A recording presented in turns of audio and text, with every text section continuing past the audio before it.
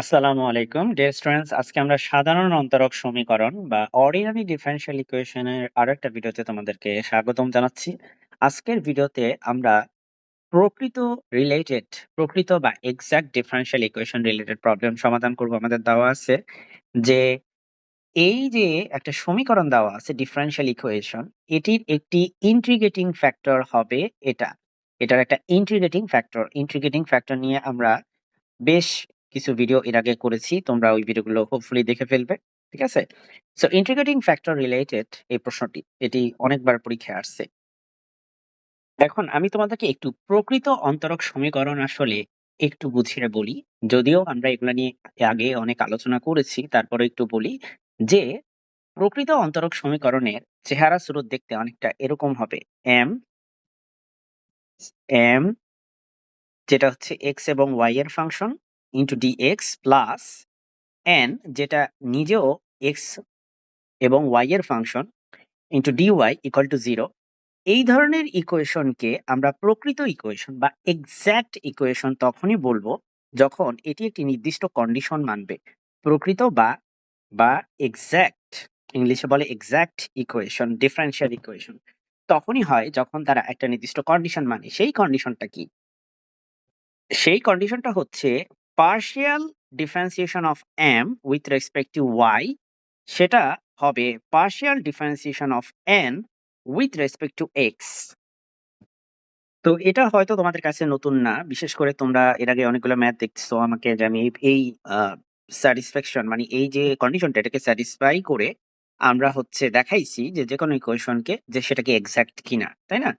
তাহলে একটা ইকুয়েশন যদি এক্সাক্ট হয় অবশ্যই সেই ইকুয়েশনের এরকম চেহারা হবে এবং সেটাকে হচ্ছে তুমি এই কন্ডিশনে স্যাটিসফাই করতে পারবা। ঠিক আছে?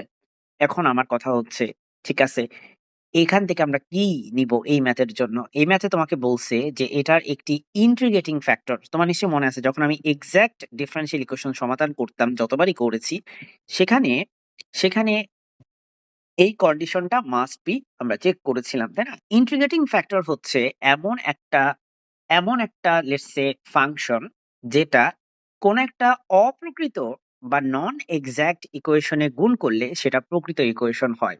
সো চলো এই ব্যাপারটা আমরা একটা এক্সাম্পলের মাধ্যমে দেখি। সো ধরো একটা উদাহরণস্বরূপ, ধরো লেটস সে একটা ইকুয়েশন, সেই ইকুয়েশনটা let's say m into dx plus n into dy equal to 0, এবং লেটস সে এই ইকুয়েশনটা প্রকৃত ইকুয়েশন না বা এক্সাক্ট ইকুয়েশন না, অর্থাৎ এটি একটি নন এক্সাক্ট ইকুয়েশন। যদি তাই হয়, যদি এটি একটি নন এক্সাক্ট ইকুয়েশন হয়, সেক্ষেত্রে আমরা ইন্টিগ্রেটিং ফ্যাক্টর দিয়ে যদি গুণ করি, সো ইন্টিগ্রেট লেটস সে এটার ইন্টিগ্রেটিং এই ইকুয়েশনের ইন্টিগ্রেটিং ফ্যাক্টর হচ্ছে let's say f of x comma y, একটা যে কোনো একটা ফাংশন আমি ধরে নিচ্ছি। ঠিক আছে? যদি আমি এটা দিয়ে গুণ করি, f of x comma y দিয়ে ইকুয়েশনকে,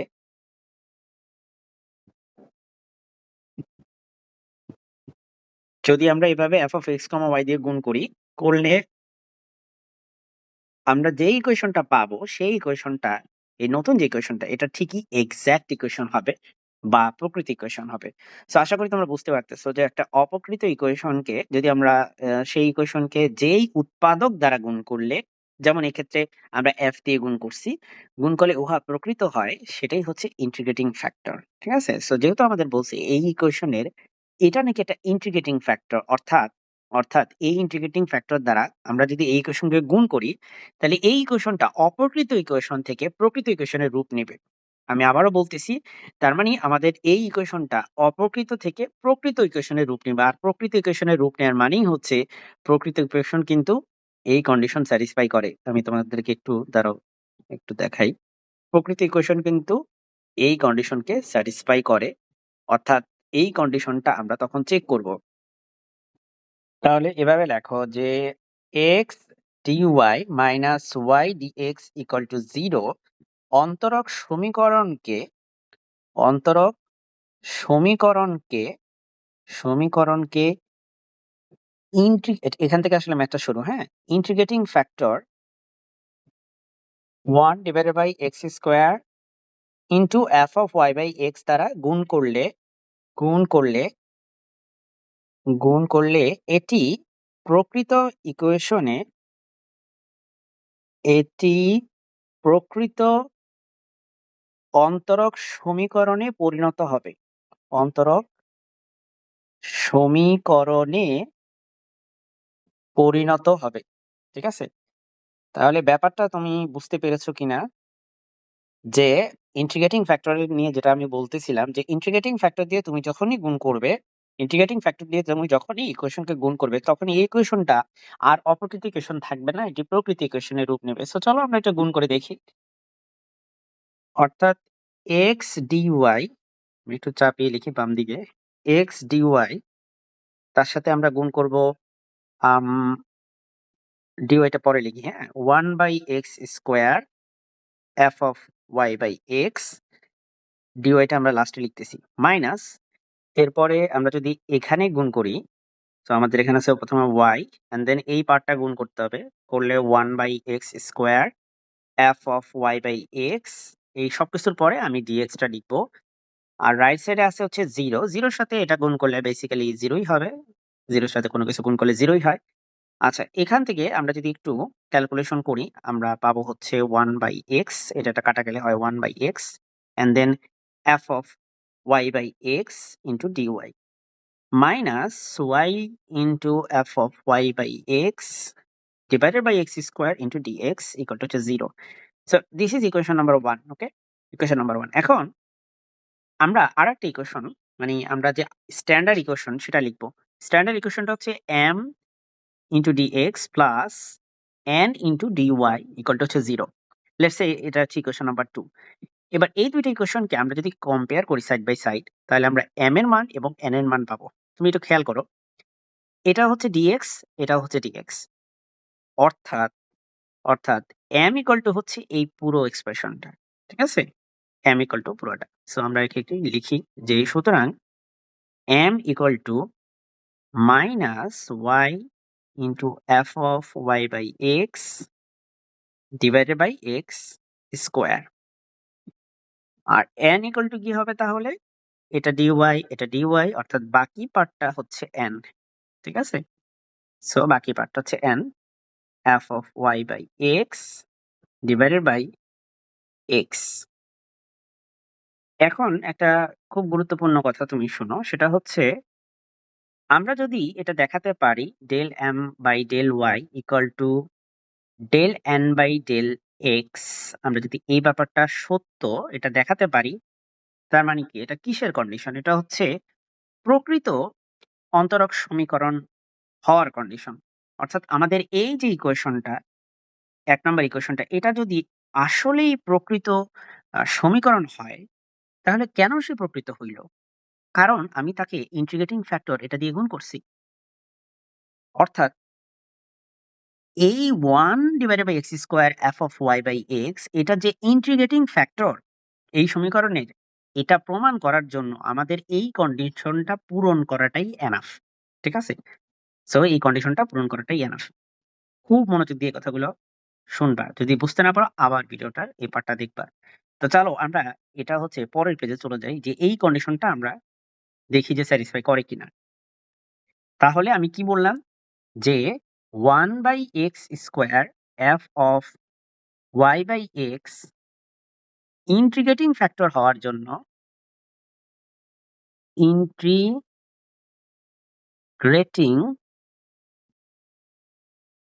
ফ্যাক্টর হওয়ার জন্য del m by del y equal to del n by del x শর্তটি পূরণ হওয়াই যথেষ্ট।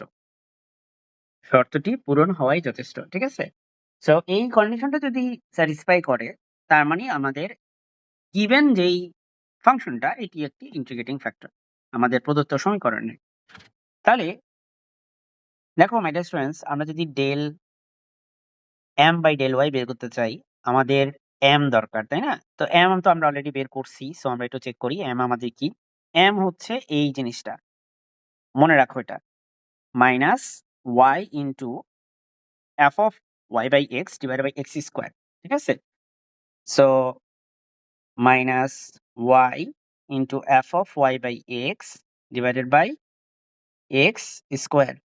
তো পার্শিয়াল ডিফারেন্সিয়েশনের নিয়ম তোমরা জানো, তোমরা এগুলো ক্যালকুলাসে পড়ে আসছো ডেফিনেটলি, যে y এর রেসপেক্টে যখন আমরা পার্শিয়াল বা আংশিক অন্তরীকরণ করি তখন x হচ্ছে কনস্ট্যান্ট, অর্থাৎ এটা কিন্তু কনস্ট্যান্ট হিসেবে আমরা ট্রিট করব। ঠিক আছে, সো আমরা লিখবো minus 1/x square, and then আমরা ডিফারেন্সিয়েশন করব ভিতরে থাকা y এবং f of y by x, এই দুইটা ফাংশনের। তো তোমরা জানো যে গুণ আকারে থাকলে, দেখো এখানে কিন্তু এই দুইটারই করতে হবে। এর পিছনে কারণ হচ্ছে এটাও y এর ফাংশন, এটাও কিন্তু y এর ফাংশন। তাহলে মাই ডিয়ার স্টুডেন্টস, তোমরা নিশ্চয়ই জানো গুণের সূত্র, আমি তারপরেও একটু মনে করিয়ে দিই। দেখো গুণের সূত্রের ক্ষেত্রে আমি যদি y এর সাপেক্ষে a এবং b কে গুণ করি, তাহলে প্রথমে a কে বাহিরে রেখে আমি b কে ডিফারেন্সিয়েশন করব, তারপর আমি b কে বাহিরে রেখে আমি a কে ডিফারেন্সিয়েশন করব। তো এটা আমি জানি, না বললেও তোমরা এগুলো জানো, খুবই সহজ জিনিস, সেগুলো তোমরা ক্যালকুলাসে খুবই ডিটেলসে পড়ে আসছো, বাট স্টিল আমি জাস্ট একটু মনে করানোর চেষ্টা করছি তোমাকে। তাহলে আমরা এখানে লিখতে পারি minus 1/x square, and then আমি যদি ডিফারেন্সিয়েশন করি, তাহলে আমি y কে বাহিরে রেখে এটাকে ডিফারেন্সিয়েশন করব, y এর রেসপেক্টে f হবে f প্রাইম। বুঝছো, f ফাংশনকে একবার ডিফারেন্সিয়েশন করলে সেটা f প্রাইম হয়ে যায়, f prime y by x। তারপরে এখানেই ছেড়ে দেওয়া যাবে না, ভিতরে থাকা আবার যে একটা ফাংশন আছে ওটারও ডিফারেন্সিয়েশন করা লাগবে, অর্থাৎ ভিতরে যে y বাই x আছে ওকেও ডিফারেন্সিয়েশন করতে হবে। দেখো y এর রেসপেক্টে যদি তুমি y বাই x কে ডিফারেন্সিয়েশন করো, তাহলে x কে তুমি কনস্ট্যান্ট ধরবা, তাই না? সো ডেল ডেল y, এই যে ভিতরে থাকা y বাই x, এটাকে কি লেখা যায়? এই যে 1/x এটা হচ্ছে কনস্ট্যান্ট, y এর সাপেক্ষে x হচ্ছে কনস্ট্যান্ট, সো এটা হচ্ছে বাহিরে, আর y এর সাপেক্ষে y হচ্ছে 1। হ্যাঁ, সো এগুলো তোমরা জানো, y এর সাপেক্ষে y হচ্ছে 1, এই পার্টটা 1 হয়ে যাবে। সো বেসিক্যালি আমরা এখান থেকে 1/x পাবো। ঠিক আছে, সো এখান থেকে তুমি পাবা হচ্ছে 1/x। তারপরে গুণের সূত্রে মাঝখানে প্লাস হবে। এবার তুমি এই ফাংশনটাকে নিয়ে কিছু করবা না, f of y by x রেখে দিবা। নিয়ম কি ছিল মনে আছে না? প্রথমে এটাকে রেখে দিয়ে আমি এই পরের ফাংশনটা ডিফারেন্সিয়েশন করছি। এবার f আলা যে ফাংশনটা, এটাকে রেখে দিয়ে আমি y এর ডিফারেন্সিয়েশন করব। আচ্ছা, y এর সাপেক্ষে y এর সাপেক্ষে y এর ডিফারেন্সিয়েশন হচ্ছে সিম্পলি 1। সো বেসিক্যালি এখানে আমি একটা 1 দেখতে পাবো, নাথিং এলস, 1 টা না লিখলেও চলতো আসলে। সো আমরা এখান থেকে যদি একটু গুণ করি, দেখো এখানে একটা x আছে, এখানে একটা x স্কয়ার আছে, আমরা গুণ করলে প্রথমটায় পাবো minus minus y into f prime y by x, f prime y by x divided by x cube plus f of y by x divided by x square. এই x 1/x স্কয়ার দিয়ে আমি দুইটাকে গুণ করে দিয়েছি। আচ্ছা, এখানে একটা জিনিস আছে, মাইনাস দিয়ে কিন্তু আমি a কেও গুণ করতে হবে। ঠিক আছে, সো যদি সেটা করি তাহলে এটা কিন্তু আর প্লাস থাকবে না, এটা মাইনাস হয়ে যাবে। সো এটা হচ্ছে আমাদের প্রথম অংশ। আমরা একটা কন্ডিশন বের করেছি, এখন আরেকটা বের করব, সেটা হচ্ছে del n by del x. Okay, সেক্ষেত্রে আমরা n কি ছিল, আমরা সেটা একটু আগের ট্যাবটাতে একটু দেখে নিই। আমাদের n ছিল হচ্ছে এই পার্টটা, তো এটা মনে রাখো তুমি। ওকে, n ছিল f of y by x divided by x, এটা ছিল n। আচ্ছা, এখন কিন্তু একটু কেয়ারফুল থাকতে হবে, এখন আর আগের মতো নাই, কারণ এখন হচ্ছে y এর সাপেক্ষে, সরি x এর সাপেক্ষে তুমি ডিফারেন্সিয়েশন করবা। সো তোমার এই x হচ্ছে তোমার কিন্তু এখন ভ্যারিয়েবল হিসেবে ট্রিট হবে, চলক হিসেবে ট্রিট হবে। এখন কিন্তু তুমি ভাগের সূত্র অ্যাপ্লাই করবা। ওকে, ভাগের সূত্রটা হচ্ছে অনেকটা এরকম যে প্রথমে আমরা নিচে যেই ফাংশনটা আছে সেটাকে বর্গ করব, এটাকে বর্গ করব, দেন নিচে থাকা এই x কে আমরা এখানে উপরে লিখব, দেন হচ্ছে উপরে থাকা এটাকে আমরা ডিফারেন্সিয়েশন করব। সো এক্স এর সাপেক্ষে এটাকে আমরা আংশিক অন্তরীকরণ করব। ওকে, আচ্ছা, এরপর আমি একটা মাইনাস চিহ্ন দিব, দেওয়ার পরে আমরা এই যে ফাংশনটাকে এখন ডিফারেন্সিয়েশন করেছি মাত্র, দেখো এই যে ডিফারেন্সিয়েশন করা হবে এটাকে আর কি পরের লাইনে, সেই ফাংশনটাকে আমরা এবার কিছুই করব না, এটাকে জাস্ট বাহিরে রেখে দিব এভাবে, এন্ড দেন আমি হচ্ছে ডিফারেন্সিয়েশন করব নিচে থাকা ফাংশনকে। এটা হচ্ছে ভাগের সূত্র। ঠিক আছে, আমি তোমাদের সুবিধার জন্য ভাগের সূত্রটা একটু নিচে লিখে দিচ্ছি। আমি সময় বাঁচানোর জন্য ফর্মুলাটা লিখে রাখছি। তুমি দেখতে পাচ্ছ। হোপফুলি মনে পড়ে যাচ্ছে তোমার নিশ্চয়ই। চলো এটা এবার মুছে দেই। আচ্ছা, এখন আমাদের x কে রেখে এই x এর সাপেক্ষে আমি যদি f কে ডিফারেন্সিয়েশন করি, f হবে হচ্ছে f যে ফাংশনটা আছে সেটা হবে f prime y by x। Okay? y by x। আচ্ছা, এবার এই x এর সাপেক্ষে যদি আমি আবার y বাই x কে ডিফারেন্সিয়েশন করি, দেখো শুধু f কে ডিফারেন্সিয়েশন করাটা এনাফ না। f কে ডিফারেন্সিয়েশন করলে f প্রাইম পাবা, ঠিক আছে। কিন্তু f এর ভিতরে আরো একটা ফাংশন আছে, y বাই x আছে। সেই ফাংশনকে তোমার ডিফারেন্সিয়েশন করতে হবে। এটাকে বলে চেইন রুল, ঠিক আছে? সো x এর সাপেক্ষে যদি তুমি y বাই x কে ডিফারেন্সিয়েশন করো, আমি কোথায় দেখাবো? এখানে একটু দেখাই তোমাকে। x এর সাপেক্ষে আমি যদি y বাই x কে ডিফারেন্সিয়েশন করি, x এর সাপেক্ষে y হচ্ছে কনস্ট্যান্ট। সো y থাকবে বাহিরে। x এর সাপেক্ষে তুমি ডিফারেন্সিয়েশন করবা, তার মানে 1/x কে। আর আমরা জানি x এর সাপেক্ষে 1/x কে ডিফারেন্সিয়েশন করলে পাওয়া যায় -1/x স্কয়ার। হ্যাঁ? অর্থাৎ অর্থাৎ এখানে লিখবা এটাকে লেখা যায় y divided by -x square, এভাবে লেখা যায়। তাই না? তাহলে এখানে লেখো -y/x স্কয়ার। এটাকে একটু ব্র্যাকেট দিয়ে দিই। যেহেতু একটা মাইনাস চিহ্ন আছে, সো ব্র্যাকেট দিয়ে দেওয়াই ভালো। আর এখানে একটা স্পষ্ট করে একটা ডট দিয়ে দাও যাতে বোঝা যায় এটা গুণ আকারে আছে। মাইনাস এপাশে আছে f of y by x। আরেকটা জিনিস খেয়াল করো, এখানে x এর সাপেক্ষে x কে ডিফারেন্সিয়েশন করলে 1, জাস্ট লাইক y এর সাপেক্ষে y কে ডিফারেন্সিয়েশন করলে 1। আর নিচে আছে একটা x স্কয়ার। ঠিক আছে? সো অনেক মহাযজ্ঞ মনে হচ্ছে, বাট তুমি যদি এইসব ডিফারেন্সিয়েশন পারো তাহলে এটা তোমার জন্য কোনো ব্যাপার হওয়ার কথা না। অবশ্যই রেগুলার প্র্যাকটিস করবে। আচ্ছা, এখন আমি x স্কয়ার দিয়ে সবাইকে ভাগ করব। এই x স্কয়ার দিয়ে আমি এটাকে ভাগ করব, x স্কয়ার দিয়ে আমি এই পাশেও ভাগ করব।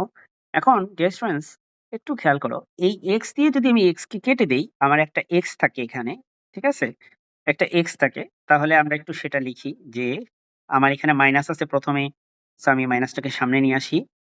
আম এটা হবে হচ্ছে minus y by x f prime y by x। ঠিক আছে?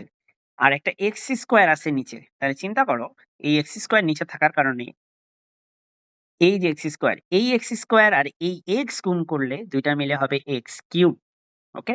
২ টা মিলে হবে x কিউব। অর্থাৎ আমি যদি এটাকে একটু ইরেজ করি, এটা ইরেজ করে দিলে এটা হয়ে যাবে y divided by x cube. ঠিক আছে? মাইনাস এই x স্কয়ার দিয়ে আমি এবার এটাকে ডিভাইড করব। করলে আমি পাবো f of y by x divided by x square. Well, এখন দেখো আমরা কি পাইছি। আমরা এটা কিন্তু সমান অলরেডি প্রমাণ করে ফেলছি। দেখো, এই পুরো জিনিসটা এটাই কি? এটা নয়? দেখো তো, একদম হুবহু সেম জিনিস চলে আসছে। অর্থাৎ কন্ডিশনটা কিন্তু স্যাটিসফাই করে। এই del m by del y আর del n by del y যদি সমান হয়, তখন কিন্তু আমরা বলেছি যে ইন্টিগ্রেটিং ফ্যাক্টর এটা প্রমাণিত হবে। ঠিক আছে? সো এটা কিন্তু সমান। তো লিখবা সুতরাং del m by del y equal to del n by del x. শর্তটি পূরণ হলো বা প্রমাণিত হলো, এরকম লেখো। শর্তটি পূরণ হলো, এভাবে লেখো। ঠিক আছে? লেখার পরে তুমি লেখো যে অর্থাৎ কোয়েশ্চেনে যেটা ছিল, আমি তোমাকে কোয়েশ্চেনটা একটু দেখাই। কোয়েশ্চেনে ছিল যে অর্থাৎ এটা একটি ইন্টিগ্রেটিং ফ্যাক্টর। এইটা লিখে দাও, এই লাইনটা লিখে লেখো যে দেখানো হলো। ঠিক আছে? সো এই হচ্ছে আজকের আলোচনা। আশা করি বুঝতে পেরেছো। আসসালামু আলাইকুম।